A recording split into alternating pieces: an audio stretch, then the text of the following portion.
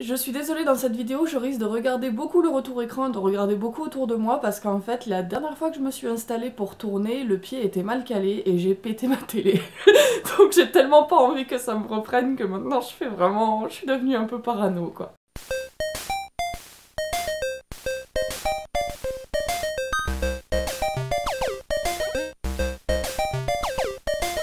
Salut tout le monde et bonne année 2021. J'espère qu'elle vous procurera de la joie, du bonheur, de la réussite dans tous vos projets. Et j'espère que malgré le contexte compliqué de manière globale que l'on vit, vous aurez des moments lumineux, des grands moments de bonheur et que vous aurez quand même énormément de réussite personnelle. En tout cas, c'est tout ce que je vous souhaite. J'espère vraiment que 2021 sera une année à la hauteur de vos attentes. Salut, c'est la voix du futur au montage. Vous voyez ce petit accessoire que je porte qui s'appelle un micro et qui est censé donner un bon son à la vidéo?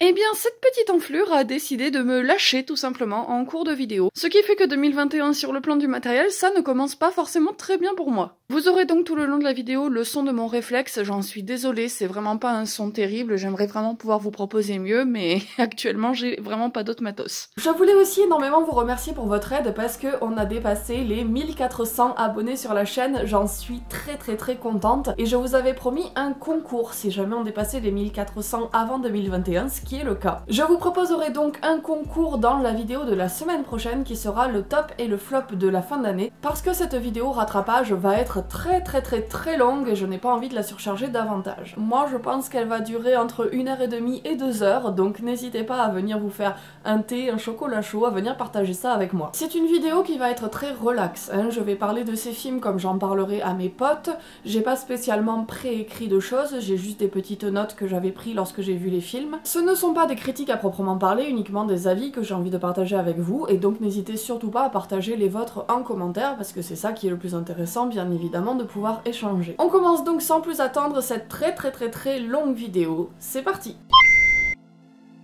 J'ai décidé, vu le contexte un petit peu spécial qu'on a vécu cette année, d'inclure certains films qui sont sortis en VOD sur Netflix, chose que d'habitude je ne fais pas. Donc le premier film que j'ai vu, qui a beaucoup fait parler de lui, s'agissait de Uncut Gems. C'était la première fois que je voyais un film des frères Farrelly, et juste après, du coup, dans l'année, j'ai vu celui qu'ils ont fait avec Robert Pattinson, je vous mettrai l'affiche ici. Et force est de constater que pour moi, ça a été de gros coups de cœur. J'ai vraiment découvert de nouveaux réalisateurs dont j'aime énormément le style, c'est extrêmement survolté. Le montage est frénétique, on est constamment dans l'action, dans le mouvement, c'est parfois un petit peu compliqué à suivre. Ça n'a pas été sans me rappeler ce que peut proposer Adam McKay dans ses productions récentes avec Vice ou The Big Short par exemple, mais les sujets sont beaucoup plus viscéraux. On va s'intéresser surtout à des vies personnelles qui vont être plongées dans un drame quelconque. On s'intéresse aussi beaucoup à des vies de marginaux, en tout cas dans les deux films que j'ai vus, c'est le cas. Personnellement, j'ai préféré le film avec Robert Pattinson que je trouve un peu plus maîtrisé. Je trouve qu'il y a aussi des moments de pause qui sont bienvenus, qu'il n'y a pas dans Uncut Gems qui est constamment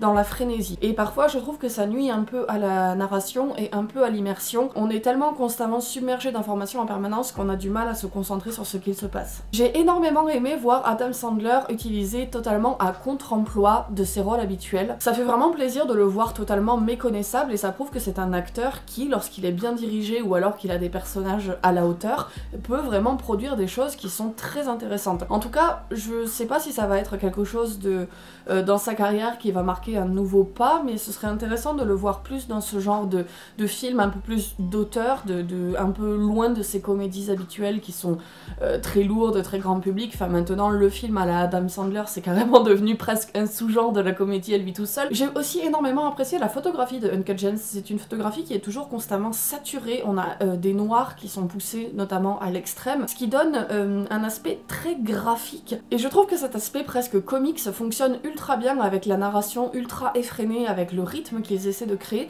parce que on est vraiment dans une narration qui est presque plus graphique que cinématographique par moment.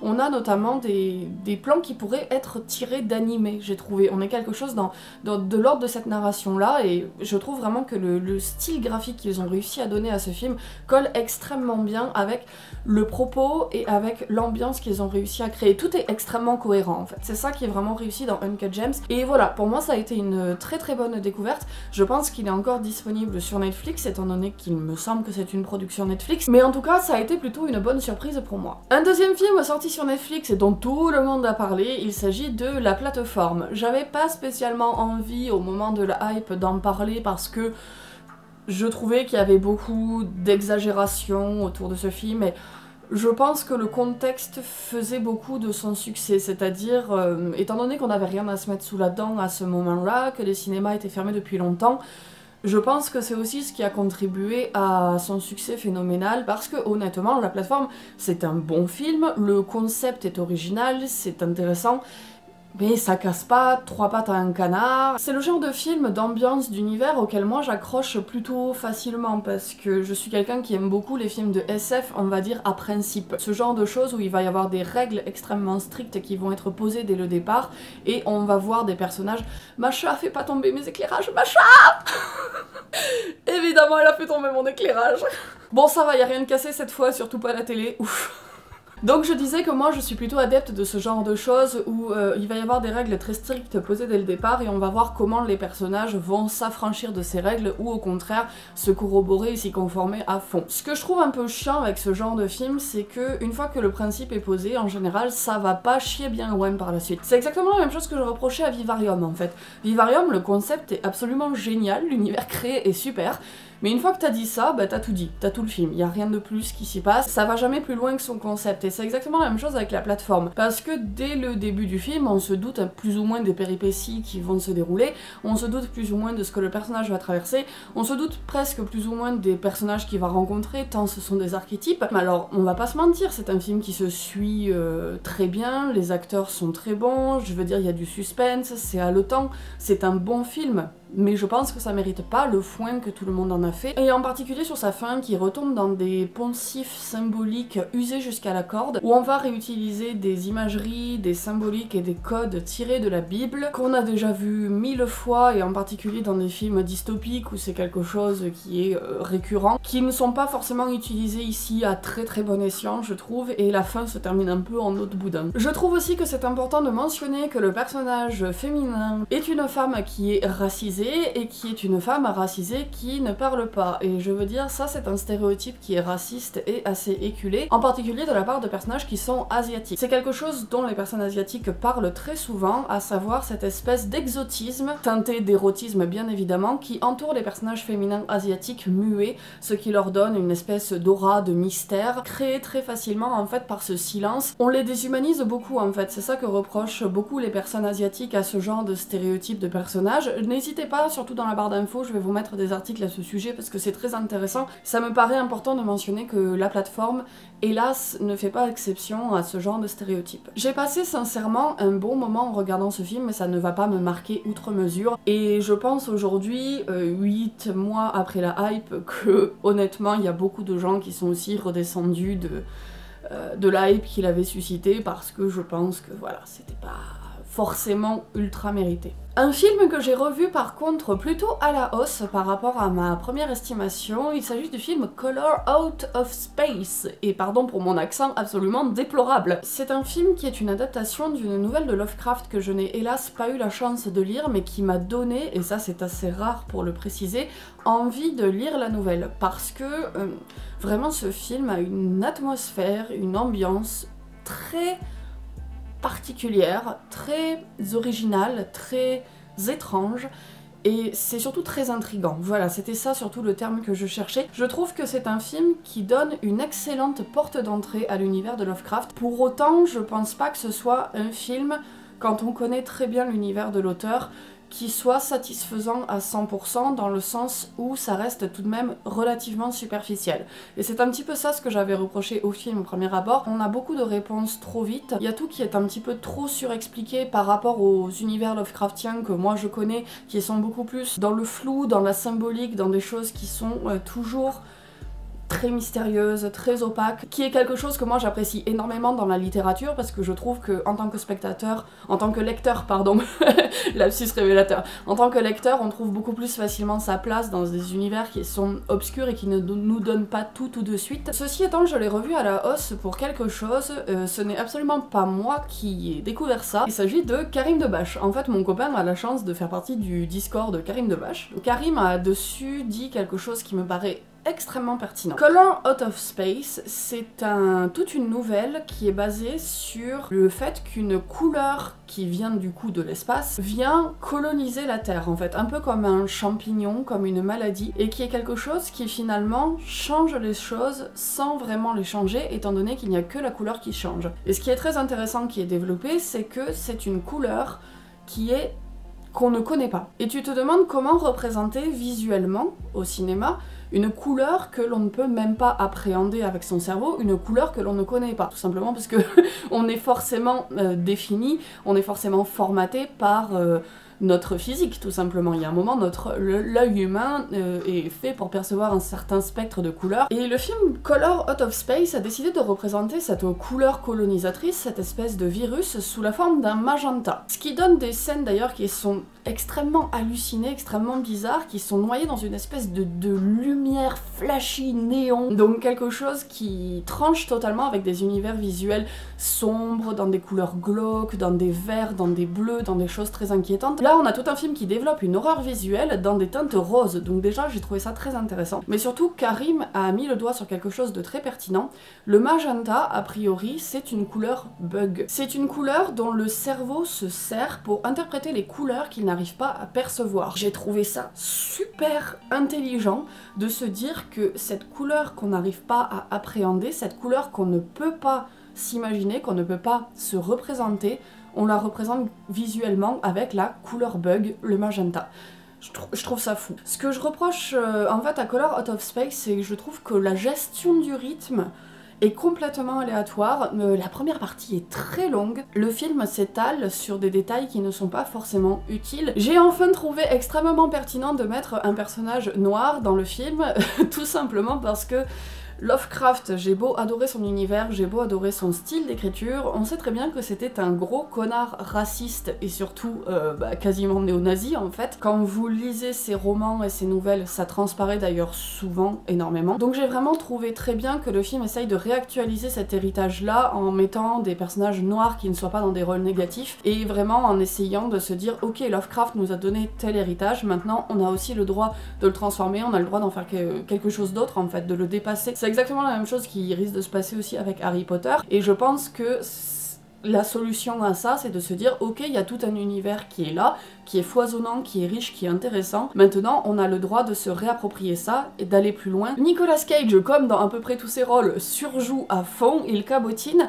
mais honnêtement, ce n'est pas spécialement dérangeant. Étant donné que Lovecraft et tous ses univers tournent autour de la folie, de ce moment où l'esprit humain n'arrive plus à appréhender certaines choses, Lovecraft est constamment dans un univers qui va être indicible, insondable. Et du coup, avoir un acteur qui surjoue en particulier de la terreur dans ce genre de film, ce n'est pas dérangeant, parce que ça colle plutôt bien justement avec cette espèce de moment où la raison lâche. Au final, je trouve que Color Out of Space est vraiment un film beaucoup plus intelligent que ce qu'il n'y paraît au premier abord. Surtout, je me suis dit, il a développé un univers visuel et des codes que je n'ai jamais vus ailleurs, et ça, c'est quand même assez rare pour le souligner. Certes, il y a des problèmes de rythme, il y a des problèmes de narration. Le jeu de Nicolas Cage ne fera sans doute pas l'unanimité, à vous de voir si vous arrivez à passer outre ce côté un peu nanardesque qu'il insuffle au film par moment. Mais honnêtement, plus je pense à ce film et plus je trouve que c'est une réussite, une vraie pépite du cinéma de genre, et surtout quelque chose que j'ai envie de redécouvrir, de revoir après avoir lu la nouvelle de Lovecraft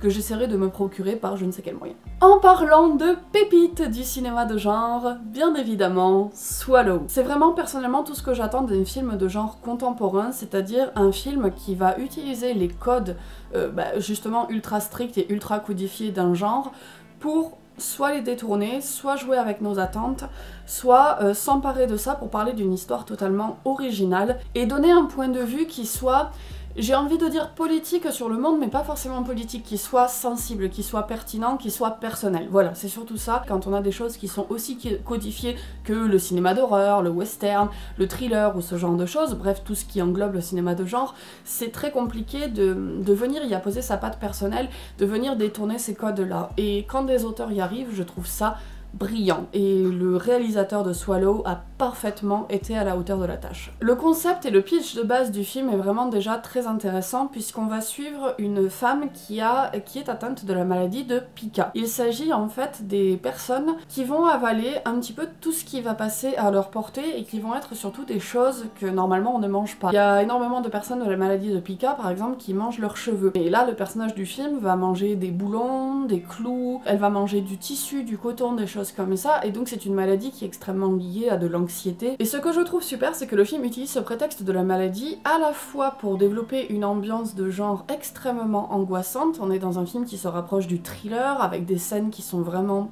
très tendue. On se demande constamment où va aller le personnage, ce qu'elle va devenir, quelle va être la prochaine chose grave qu'elle va avaler, jusqu'à quel point elle va se mettre en danger. Mais c'est aussi un prétexte qui est utilisé pour parler de l'aliénation. L'aliénation. Putain, Marx serait pas fier de moi.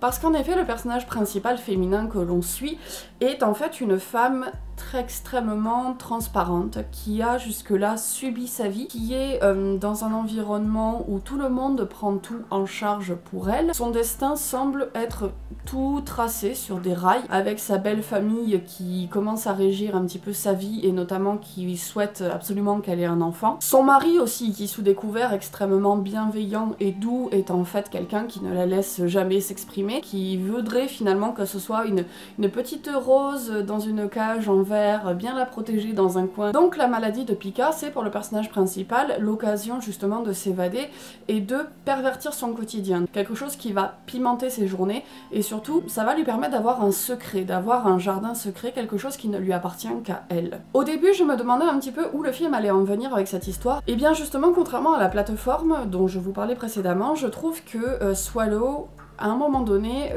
vire totalement. Je ne vais pas vous spoiler ce qui se passe, mais en fait le scénario prend un tournant qui est totalement inattendu. On va sortir du contexte de la maladie de Pica. C'est vraiment juste une base. C'est un prétexte pour développer les personnages, c'est un prétexte pour développer l'ambiance, mais ce n'est pas l'intégralité du film. Tout ce que raconte le film, en fait, ça va surtout être une histoire d'émancipation, une histoire d'une femme qui apprend à se découvrir et qui apprend à être libre. Enfin, le dernier excellent point de Swallow, c'est que c'est un film tellement beau. La photographie est absolument somptueuse. On est constamment dans des teintes désaturées qui vont de plus en plus gagner en couleur, gagner en intensité, gagner en saturation quand le personnage principal va gagner de la liberté. On va être au début du film dans des teintes qui sont très froides, dans des verts, dans des gris, dans des choses qui sont finalement assez malsaines parce que le vert c'est la couleur de la maladie symboliquement, et au fur et à mesure on va avoir des choses plus lumineuses, on va avoir du jaune, on va avoir du rouge, la couleur de la passion. Il y a des scènes qui je trouve sont extrêmement intéressantes sur le plan formel à analyser. Je me rappelle notamment d'une scène où le personnage principal est assis sur le canapé dans une petite robe verte, et en fait on se rend compte dans le fond qu'il y a un meuble qui est de la même couleur que le canapé, avec un pot qui est de la même couleur que la robe verte du personnage. Donc ça veut dire que le personnage est littéralement un objet dans sa vie, elle n'est pas sujet. Et des symboliques comme ça, vous en avez tout le long du film. Vous avez constamment par exemple le personnage qui va être encadré autour d'une fenêtre, donc encore une fois la privation de liberté. Vous allez avoir des personnages qui vont être derrière des barreaux, avec des stores qui vont faire comme les barreaux d'une prison. Je pense très honnêtement que ça fera l'objet, un de ces quatre, d'un ciné-pépite. Et dans ce cas-là, je rentrerai beaucoup plus dans l'analyse formelle, je vous ferai carrément une vidéo là-dessus sur tous les plans qui m'ont marqué. Mais voilà, Swallow, c'est vraiment un de mes gros coups de cœur de l'année, si ce n'est peut-être mon plus gros coup de cœur, je sais pas encore, vous verrez ça dans mon top flop la semaine prochaine, mais vraiment excellent. Ensuite, Le Prince oublié de Michel Hazanavicius. Bon, moi je suis pas de base une très grande aficionada du cinéma de Hazanavicius. Je trouve qu'il y a des trucs sympas, mais je suis pas la fangirl. Le Prince oublié, honnêtement, je suis pas convaincue. On dirait que le film ne sait pas trop où il va, on dirait que le film ne sait pas trop à qui il s'adresse. C'est constamment le cul entre deux chaises, entre un film très enfantin, avec un aspect conte, merveilleux, et quelque chose finalement avec une double lecture, des sous-entendus, notamment des blagues graveleuses, des choses comme ça, qui vont plus s'adresser à un public adulte. Donc je ne sais pas si ce film est censé s'adresser à des adultes nostalgiques, qui vont pouvoir y retrouver un petit aspect de leur enfance, un petit peu comme l'avait fait Ted par exemple Ted, je trouve qu'il réussissait très bien à s'adresser à des adultes nostalgiques. Ou bien est-ce que ça s'adresse finalement à des enfants qui vont voir une fable avec une morale? Honnêtement, j'en sais rien. Et je sais pas si le film, et je sais pas si Hazanavicius le sait lui-même. Hazanavicius avait été rencontré par certains membres de l'association L'écran dont je fais partie sur Toulouse, donc Hazanavicius et Bérénice Bejo, pardon, qui tous les deux sont venus parler du film en conférence de presse, et je trouve que leurs discours en eux-mêmes sont déjà confus. On a l'impression que l'actrice et le réalisateur n'ont pas compris la même chose du film. J'ai l'impression qu'ils ne parlent pas du même projet en fait. Ça se voit dans la réalisation et dans le résultat final. Visuellement, les choix sont aussi extrêmement bizarres. L'univers n'est pas toujours très beau, très harmonieux. On a l'impression en fait que Hazanavicius a été un peu dépassé par ses ambitions et qu'il n'avait pas forcément le budget nécessaire pour donner libre cours à toute son imagination visuelle. Tout est foutrarque, tout est bizarre, rien ne tient vraiment debout, il n'y a pas vraiment de cohérence interne à l'univers. Le bon point quand même, c'est tout de même Omar Sy qui est excellent dans son rôle, qui a énormément d'humanité, d'empathie, qui est très touchant, vraiment c'est un super personnage. Mais en dehors de ça, bon, Bérénice Bejo, moi j'ai toujours trouvé que c'était une très mauvaise actrice et encore moins une bonne doubleuse. Rappelez-vous de la catastrophe qui était Rebelle en termes de doublage, c'était Bérénice Bejo. Donc si on couple des personnages qui sont écrits de manière moyenne avec des acteurs qui eux-mêmes sont moyens, ça donne un résultat qui est,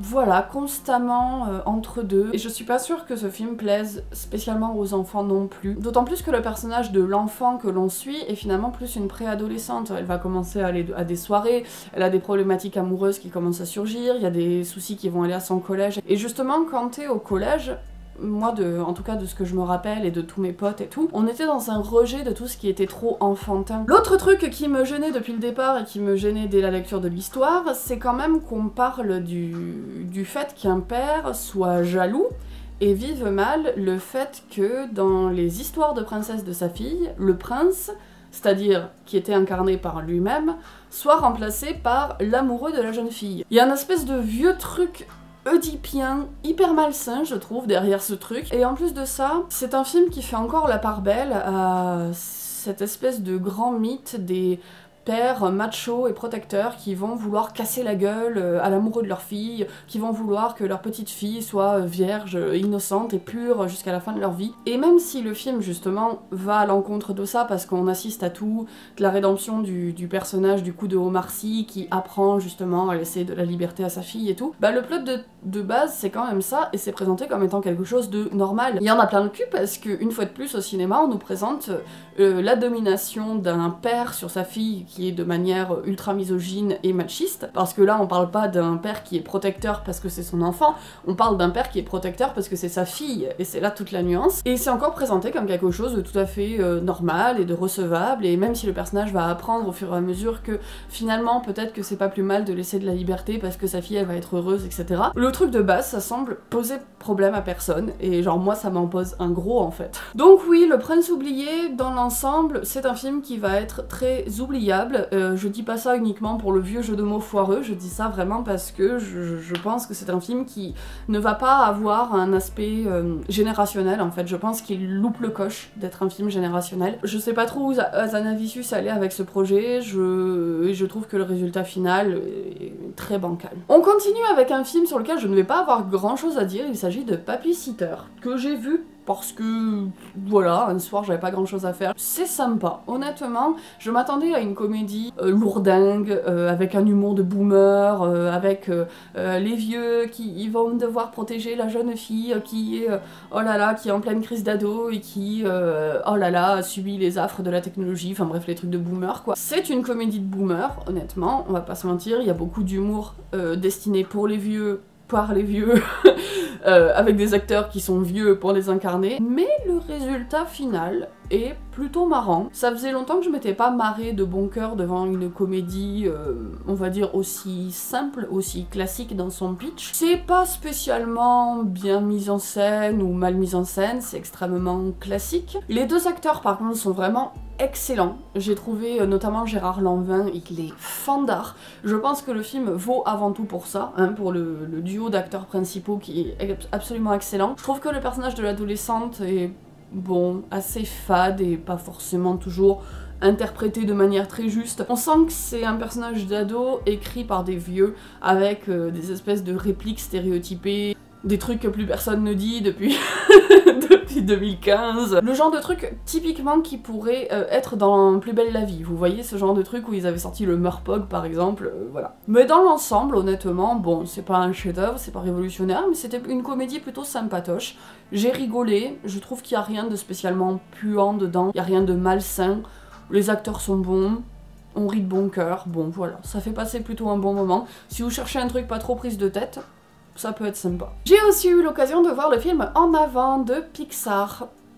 Honnêtement, le film sur le papier avait plutôt énormément de choses pour m'attirer, étant donné que ça se situait dans un univers heroic fantasy, c'est un univers auquel moi je suis sensible. Ça semblait raconter une histoire autour de l'acceptation d'un deuil et de la disparition d'un être cher, encore une fois c'est une problématique à laquelle moi je suis sensible. J'aimais plutôt bien le chara-design parce que je trouvais que pour une fois on sortait des personnages qui ont toujours tous la même tronche, qui ont tous la même morphologie, qui ont tous les mêmes yeux, qui ont tous les mêmes expressions faciales. Je trouvais que là, pour une fois, le chara-design était un petit peu inventif, donc c'était sympa. J'ai pas détesté ce film, mais je trouve que il y aurait eu mieux à faire, honnêtement. Notamment surtout l'aspect fantasy. C'est pas vraiment de la fantasy en fait, c'est de la fantasy mais qui se passe dans un univers contemporain. Donc je ne me rappelle plus exactement quel est le terme exact pour définir ça, mais il y a un terme très précis. Donc on a des dragons par exemple qui vont aller à l'école et c'est une école tout à fait classique comme nous on connaît. Je trouve que le contraste aurait pu être plus saisissant, ça aurait pu être plus inventif. De manière générale, voilà, c'est ça que je regrette, je trouve que c'est pas très inventif. Parce que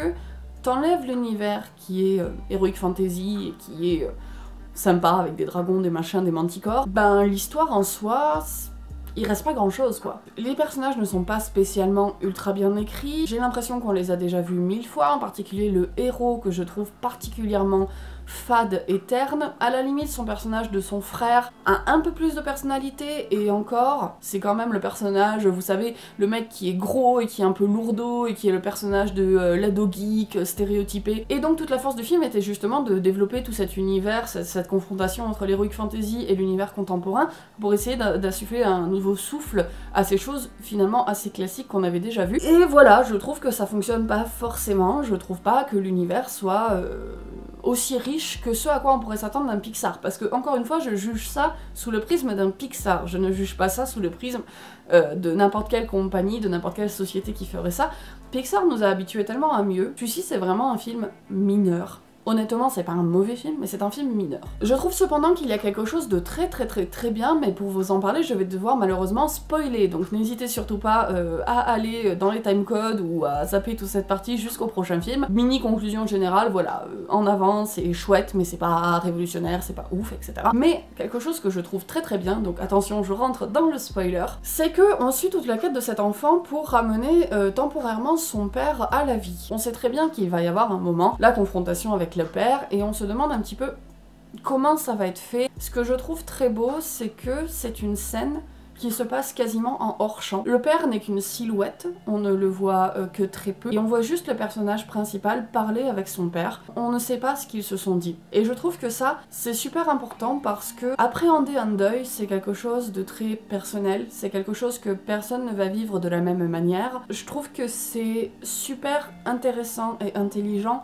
de ne pas avoir donné des phrases stéréotypées, de ne pas avoir donné une situation stéréotypée, de ne pas avoir donné un référentiel qui soit trop codifié, parce que après ça crée des espèces d'imaginaires dans lesquels on a l'impression qu'il faut faire rentrer n'importe quel deuil. On a des espèces de cases en fait qui vont être formatées par tout cet imaginaire là qui va nous être transmis par les films, les séries, les lectures, et on a l'impression que quand notre manière d'appréhender le deuil, la mort, la disparition ne colle pas à ces cases là, il y a quelque chose qui ne va pas. Là, le fait d'avoir laissé cet espace libre, d'avoir laissé en fait chaque spectateur pouvoir s'imprégner de ce moment-là comme il le souhaitait, j'ai trouvé ça super intéressant et super intelligent. Ce qui m'a gonflé aussi dans En avant, c'est que finalement on raconte toute la quête d'un gamin pour retrouver son père. On est dans cette représentation stéréotypée d'un petit garçon qui va fantasmer sur l'image héroïque de son père, sur un petit garçon qui ne va jamais comprendre l'importance d'avoir été élevé par une mère célibataire qui a pourtant tout porté à sa charge sur son dos. Enfin, je dis célibataire, mais elle a un copain au moment du film, mais et on comprend qu'elle a été seule pendant très longtemps pour les élever. Très honnêtement, s'ils avaient changé le genre du personnage principal, que ça avait été une fille, j'aurais déjà trouvé ça un peu moins dérangeant. Là, le fait que ce soit encore une fois un garçon qui fantasme sur une figure masculine paternelle, je trouve qu'il y aurait eu mieux à faire, ou alors peut-être que ça aurait dû être un garçon qui partait à la quête de son père, comme dans Dragon par exemple, parce que je trouvais ça super intéressant dans Dragon, de voir que c'était justement un mec qui partait à la découverte de sa mère. Là, je trouve qu'on est encore une fois dans des stéréotypes et dans des représentations qui sont assez éculé. Et en plus de ça, on n'échappe pas à énormément de clichés autour du paternalisme, autour du virilisme, autour de ce que c'est que d'être un homme, autour de ce que c'est que d'être un héros. Le film ne contrebalance jamais vraiment ça avec une figure maternelle qui soit très forte. Ouais, il vient jamais vraiment contrebalancer ce message et je trouve ça vraiment dommage. Ensuite, le film Tout simplement noir. Alors, je vais essayer de prendre un maximum de pincettes et d'être la plus précautionneuse possible pour vous parler de ce film. Lorsque je l'ai vu, ma première impression a été vraiment positive. Déjà parce que c'est un film où le casting est quasiment intégralement composé de personnes racisées, et plus particulièrement de personnes noires. On a la quasi-intégralité des grands acteurs, des grands comédiens, on a aussi des humoristes noirs de notre génération. Et j'avais l'impression que c'était un film qui était réalisé par les noirs, pour les noirs, et que c'était un film qui adressait surtout leurs problématiques. Donc moi, en tant que personne blanche, j'ai aimé le film parce que j'ai trouvé qu'il y avait énormément de choses pédagogiques dedans. Enfin, je trouvais que c'était un film très frais, en fait, dans le paysage audiovisuel français. Mais après, j'ai vu qu'il y avait énormément de personnes qui étaient directement concernées par ce film, donc des personnes noires, qui en parlaient de manière très négative. Parce que là où moi, je voyais un film réalisé par des personnes noires pour des personnes noires, beaucoup de personnes noires ont dit que c'était un film réalisé par des personnes noires pour les blancs. Et que c'était un film qui, en fait, faisait tout pour essayer de caresser les personnes blanches dans le sens du poil, pour essayer de ne pas trop les heurter, pour essayer de faire passer des messages en douceur, quelque chose qui soit tellement pédagogique, tellement sucré, tellement doux, que pour des personnes noires qui, elles, vivent le racisme au quotidien, c'était beaucoup trop édulcoré par moments. A priori, ça véhiculait même des clichés racistes. Le seul que moi j'avais vu sur le coup et qui m'avait surpris et choqué, c'était lorsque Lucien Jean-Baptiste se balade avec une machette torse nu, avec un accent extrêmement marqué, et qu'il fait des gros yeux comme ça exorbités avec sa machette, et qu'il joue le cliché finalement de l'homme sauvage. Apparemment, il y en a aussi énormément d'autres qui moi, ne m'ont pas sauté aux yeux, et notamment le fait qu'ils avaient l'impression que le film tournait constamment autour de la question de la colère de l'homme noir, que tous les hommes noirs étaient... tous les personnages noirs, pardon, toutes les personnes noires étaient finalement constamment en colère, donc on est dans le cliché du Angry Black Woman, mais aussi du Angry Black Man, et qu'ils n'arrivaient jamais à se mettre d'accord, que finalement ils avaient l'impression que tous les personnages étaient sur un monorail, qu'ils n'avaient aucune profondeur, qu'ils n'étaient que des archétypes, des stéréotypes. Ils avaient l'impression que tous les personnages étaient écrits comme des clichés. Et c'est vrai que quand j'y repense, c'est le cas. Je vais vous mettre dans la barre d'infos des vidéos de personnes qui sont racisées et concernées par la question, qui ont fait des vidéos dessus que je trouve super intéressantes,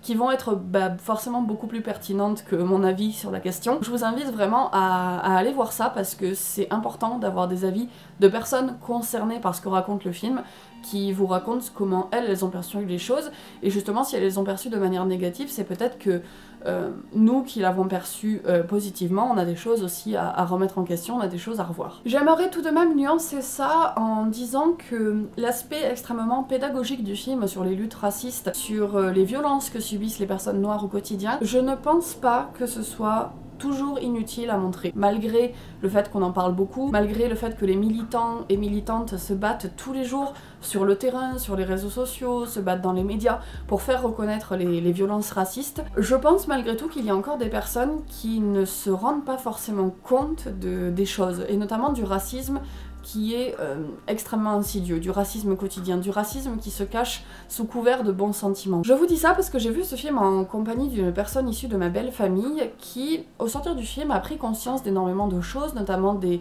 la gratuité des violences policières, notamment du racisme, voilà, extrêmement quotidien, ce genre de choses. Et cette personne-là, qui n'est pourtant une personne qui ne s'intéresse pas du tout à la politique en temps normal, qui est une personne qui est plutôt loin de ces problématiques, a pris le temps, au sortir du film, de se renseigner sur ces choses-là, a pris le temps de nous poser des questions, a pris le temps d'aller faire des recherches. Si ce film a quand même contribué pour des personnes qui ne sont absolument pas concernées par ces sujets et qui surtout sont des personnes qui sont très éloignées des cercles militants, si ça a contribué à leur ouvrir les yeux, à leur faire apprendre des choses, je ne trouve honnêtement pas que ce soit un film inutile et je ne trouve pas que ce soit un film qui soit aussi mauvais que ça, au contraire. Je sais que c'est extrêmement compliqué des fois quand on est une personne militante de faire la part des choses entre le fait que nous on continue à apprendre tous les jours sur le plan politique et militant, on évolue, on apprend énormément de choses, on se remet en question, on a l'impression que les choses ne vont jamais assez vite, mais je pense qu'il est important aussi de se rappeler qu'il y a des personnes qui ne font absolument pas partie de ces cercles, qu'il y a des personnes qui ne sont absolument pas éduquées à ces questions-là, et en fait c'est important d'avoir des outils qui soient pédagogiques, simples,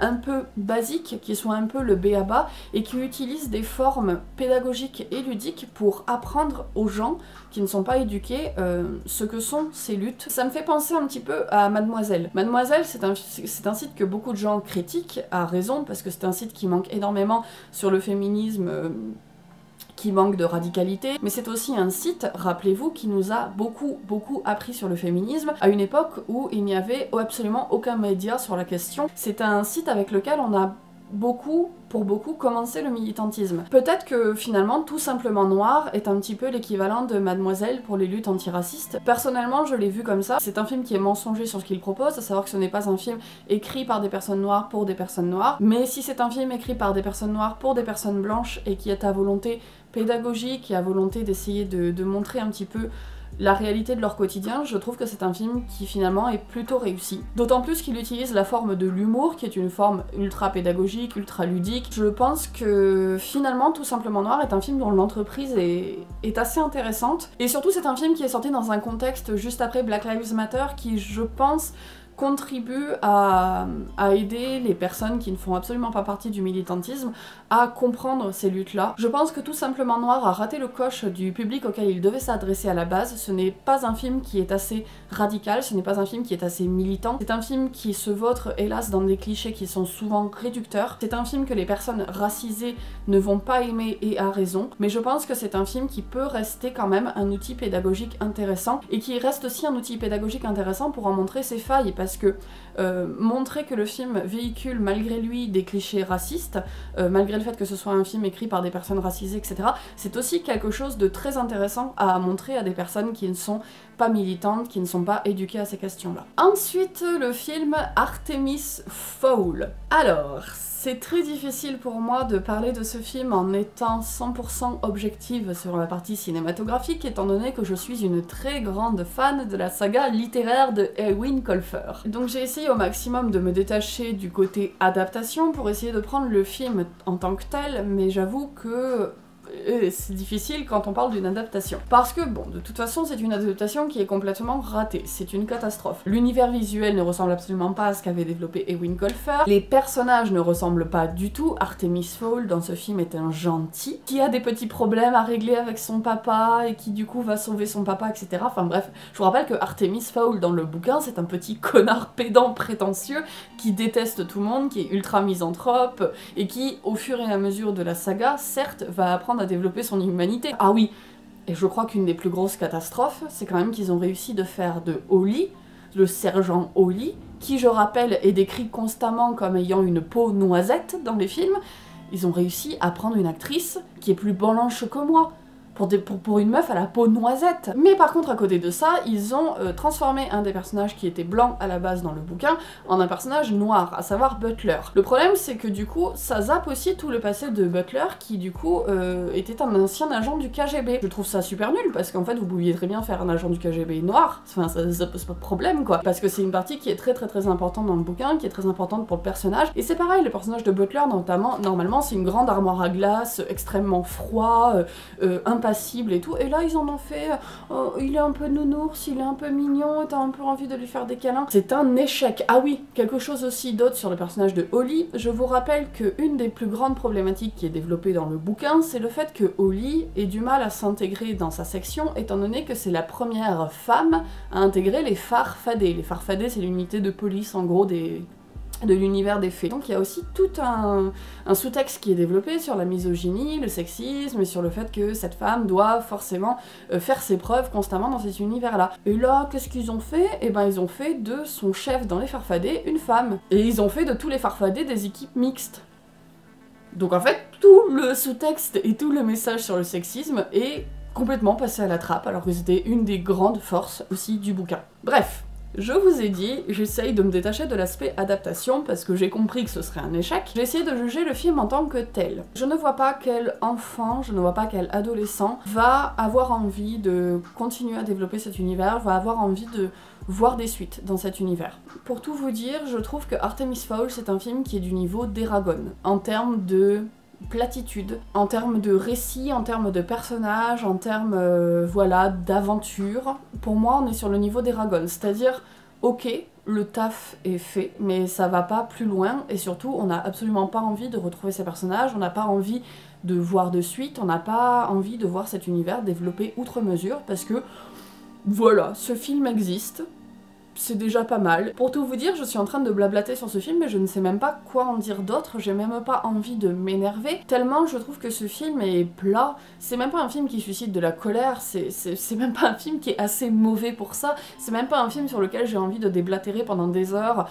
en comparant les différences entre le bouquin et le film, tellement c'est insipide, tellement il se passe rien. Je pense que Artemis Fowl au cinéma, à part s'il y a un reboot, c'est une saga qui est mort-née quoi, parce qu'il y a un minimum d'effort qui est fait, il n'y a aucun investissement, ça se regarde, ça s'oublie aussitôt. Pour moi, le seul point positif, c'est Foley, parce que Foley, déjà, il ressemble à peu près à son personnage tel qu'il est décrit dans le bouquin, mais en plus, damn, Foley quoi. Il est un peu mignon quand même. Franchement. Ensuite, le film Exit, qui est un film qui, étrangement, a fait relativement peu parler de lui. Je pense qu'il est pas sorti au bon moment, il est sorti en plein été. Les gens, cet été, forcément, ont un peu déserté les salles de cinéma parce qu'ils avaient plus envie de profiter de leurs proches, de profiter de l'air pur.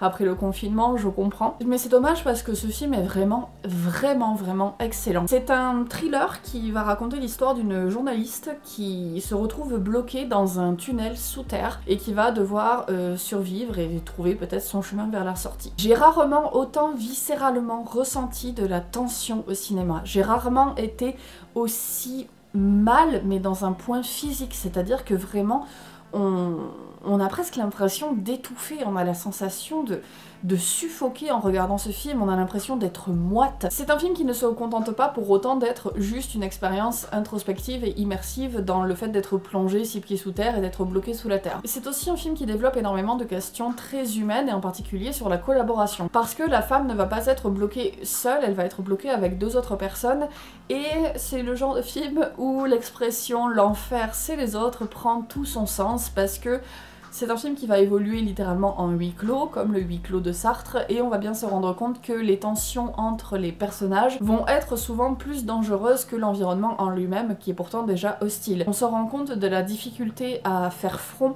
de la difficulté à faire face, de la difficulté à s'allier dans un environnement comme ça qui est périlleux et hostile. On se rend compte dans ces moments-là qu'il y a vraiment l'espèce de loi de la jungle qui prend le pas et que tous les personnages redeviennent à des stades extrêmement primitifs, avec des choses qui sont très instinctives et que finalement tout l'aspect social et cette espèce de cohésion de groupe qui devrait les aider à survivre ne fonctionne pas, en tout cas dans ce film-là. C'est un film que je trouve vraiment très intéressant parce que forcément en le regardant on se pose constamment la question de comment est-ce que nous on aurait réagi à la place, comment est-ce que nous on aurait fait, et en fait c'est ça que j'aime bien, c'est que c'est un film qui n'apporte pas de jugement, qui n'apporte pas de réponse. Il n'y a pas de bon, il n'y a pas de mauvais comportement. D'ailleurs l'héroïne que l'on suit a elle aussi énormément de comportements qui sont très impulsifs, qui sont très égoïstes. On va pas se mentir, il y a même énormément de moments où le film fait tout pour que l'on soit en désaccord avec elle, mais c'est pas grave parce que le but du film n'est pas de juger, le but du film n'est pas de nous présenter une bonne manière de réagir à ce genre de situation et de nous dire c'est bien beau, vous dans votre place de spectateur petit privilégié qui est assis sur un fauteuil confortable, de juger, mais comment est-ce que vous auriez fait à sa place en fait. Et justement l'expérience est tellement immersive, l'expérience est tellement réussie d'un point de vue sensoriel et sensible que l'on peut réellement se poser ces questions-là. On ressort de là vraiment épuisé et changé. C'est vraiment un film que je vous recommande si jamais vous aimez les films de genre immersif, si jamais vous aimez les choses qui vous changent, si vous aimez être pris littéralement par les tripes, avoir un aspect coup de poing. C'est vraiment un film qui réussit extrêmement bien ça. Les 3 personnages que l'on suit dans le huis clos sont super bien écrits. Ce sont des personnages qui ne sont jamais manichéens. C'est ça que je trouve le plus réussi en fait, c'est que c'est un film qui est profondément humain dans l'étude des personnages en eux-mêmes, qui sont tous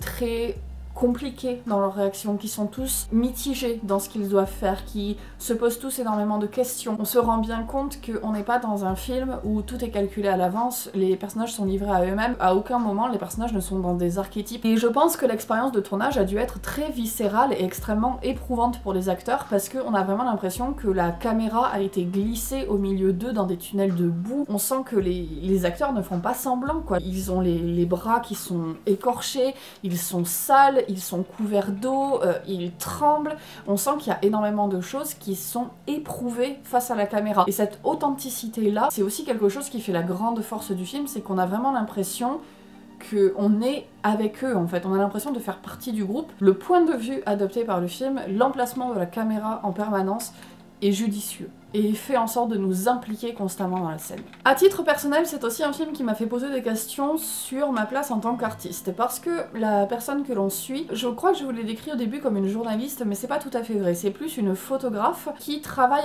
en collaboration avec un journal, donc c'est plus à la base une plasticienne. Elle débarque avec toutes les meilleures intentions du monde, mais aussi avec énormément de préjugés. Elle va débarquer en fait dans un univers qui va être très masculin, où les gens travaillent énormément sur le plan physique, dans un univers qui va être très dur, où les gens sont séparés de leur famille, et elle, malgré toutes ses bonnes intentions, elle va débarquer avec je ne sais combien de stéréotypes, et elle va souvent être gênante, souvent à côté de la plaque, parce que c'est vraiment la figure de la petite artiste un peu naïve qui va se confronter à la vraie vie. Moi, c'est une question, toujours en tant qu'artiste, que je me pose, surtout quand je fais de la photo, c'est quelle est ma place? Comment ne pas prendre trop de place quand je vais à la rencontre de gens? Comment, lorsque je vais dans des univers que je ne connais pas, comment essayer de ne pas débarquer avec mes gros sabots? C'est une vraie question super intéressante, et je trouve que c'est très bien que le film soulève ces questions-là, parce que forcément, il y a un aspect méta en tant que réalisateur, tu dois aussi te poser ces questions-là, et surtout quand tu abordes des films qui vont avoir des sujets sociaux, la question de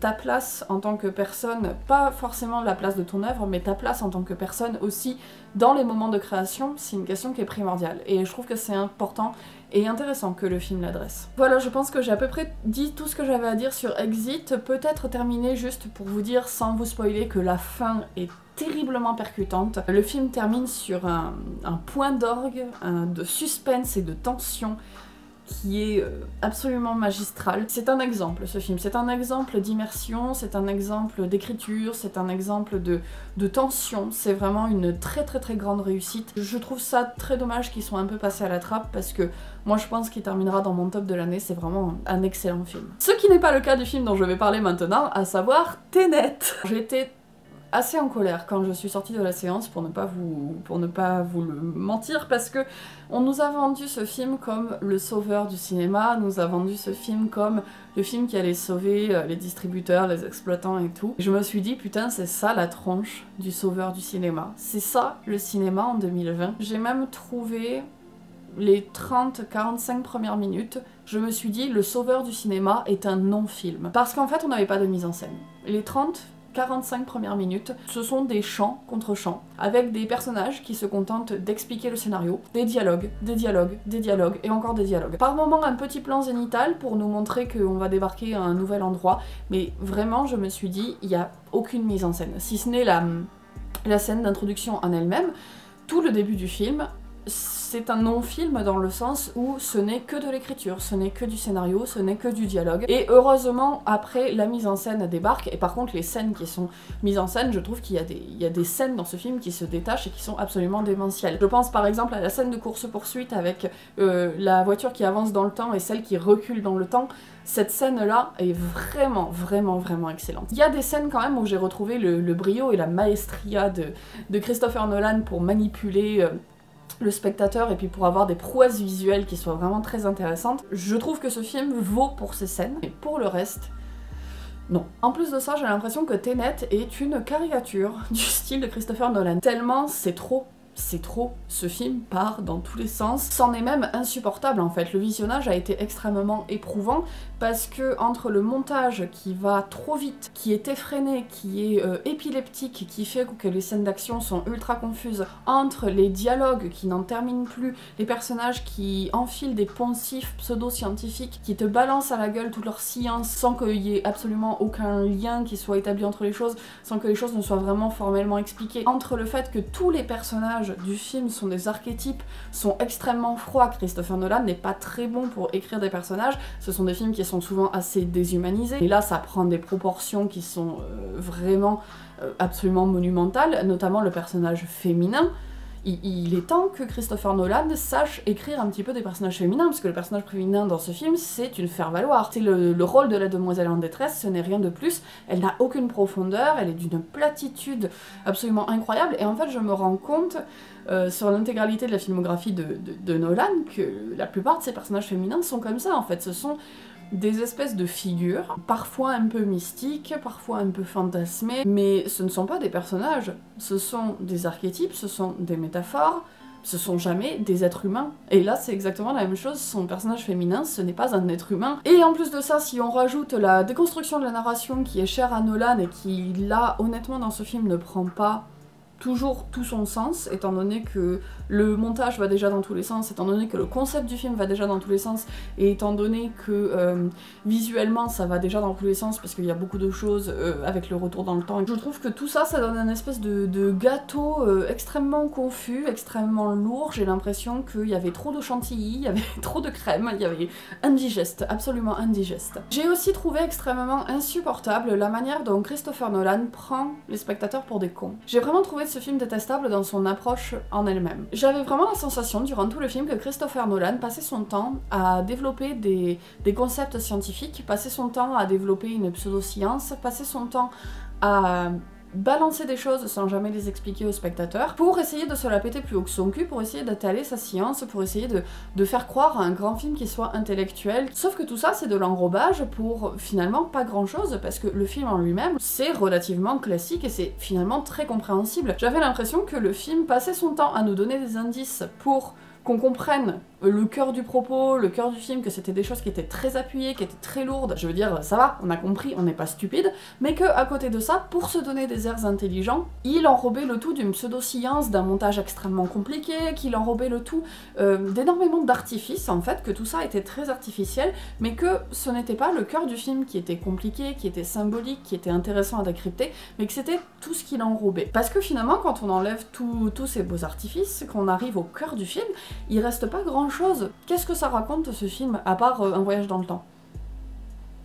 Bah rien. Et c'est ça qui est très décevant, parce que tous les films de Nolan jusqu'à présent, même quand ils étaient enrobés dans des concepts, dans des fioritures, il y avait quand même des propos, il y avait des choses qui étaient développées sur l'humanité. Dans Inception par exemple, il y avait tout le propos autour du deuil. Dans Interstellar, c'était tout le propos autour de l'amour intemporel. J'ai l'impression que ce qui obsède Nolan en fait depuis le début, c'est qu'est-ce qui fait un être humain? Est-ce que si jamais on modifie notre pensée, est-ce qu'on est toujours le même? C'est ce qui avait été commencé dans Memento, parce qu'on se posait la question, est-ce que le personnage principal restait un être humain en sachant qu'il n'avait jamais de souvenirs? Comment pouvait-il être lui-même si jamais il ne savait pas qui était réellement le lui-même qu'il était? En Inception, c'est la même chose. Est-ce que si jamais on t'implante une idée dans ta tête, ça reste ton idée? Est-ce que tu restes toi-même? Ou bien est-ce que ça modifie qui tu es? Dans Batman, c'est toute la quête de Batman. Dans les trois films, c'est ce qui est développé. Qui est Batman? Qui est-il réellement? Est-ce que l'être humain en lui n'est pas en train de s'effacer face au personnage qui est devenu Batman? Dans Interstellar, c'est la même chose. Est-ce que l'amour peut perdurer dans le temps? Est-ce que il y a des choses qui sont intemporelles? Est-ce que il y a des parties de nous qui survivent au temps? Est-ce qu'il y a des comment dire, des espèces de lois d'attraction entre les personnes qui subsistent au temps? Je m'exprime de manière un peu superficielle et confuse, hein. Je suis pas là pour rentrer dans de la grande analyse. Je vous l'ai dit, je suis pas là surtout pour faire des critiques, je suis là pour vous donner des avis. Je pense que vous comprenez l'idée, c'est surtout que le cinéma de Nolan a toujours développé quelque chose qui était à la fois esthétiquement très réussi, qui était narrativement très intéressant avec cette déconstruction de la narration, qu'il avait toujours des obsessions autour du temps, autour de la modification de l'espace-temps, de la perception des choses, qui étaient ultra intéressantes, mais qui surtout avaient du fond. Là, dans Tenet, je suis désolée, mais il n'y a pas de fond. C'est un film qui ne raconte rien. Et c'est aussi pour ça que je dis que ça prend les spectateurs pour des cons, parce que en fait, à part enrober ça d'un pseudo-langage élitiste, de quelque chose qui va être extrêmement trompeur, parce qu'il y a des gens qui vont dire « Oh là là, j'ai rien compris », parce que le montage est frénétique, parce que les personnages parlent vite, parce qu'il y a beaucoup de dialogue, parce qu'il y a beaucoup d'informations qui nous sont balancées à la gueule, donc il y a des gens qui vont se sentir perdus, et en plus de ça, ça ne raconte rien que vous n'ayez déjà vu ou déjà entendu ailleurs, parce que si on regarde sa conception du voyage dans le temps, ça ne développe rien d'innovant, ça ne développe rien d'intéressant. Et moi j'ai encore plus de mal avec les films qui sont ratés quand ils se donnent des grands airs. Pour moi c'est encore plus détestable, parce que un film qui est raté mais qui reste modeste dans son entreprise, ça arrive. Je veux dire, aucun artiste n'est à l'abri de se tromper, et là je veux dire, ce film n'est absolument pas modeste, c'est un film qui est ultra prétentieux, et pour moi c'est encore pire. Et c'est ça qui le rend surtout détestable à mes yeux, parce que le fait que le film se soit planté, c'est pas grave, c'est vraiment cette espèce d'enrobage, de prétention. J'ai vraiment l'impression que Christopher Nolan regarde tout le monde de haut en disant vous êtes tous cons et moi je suis un génie, alors que son film ne raconte rien.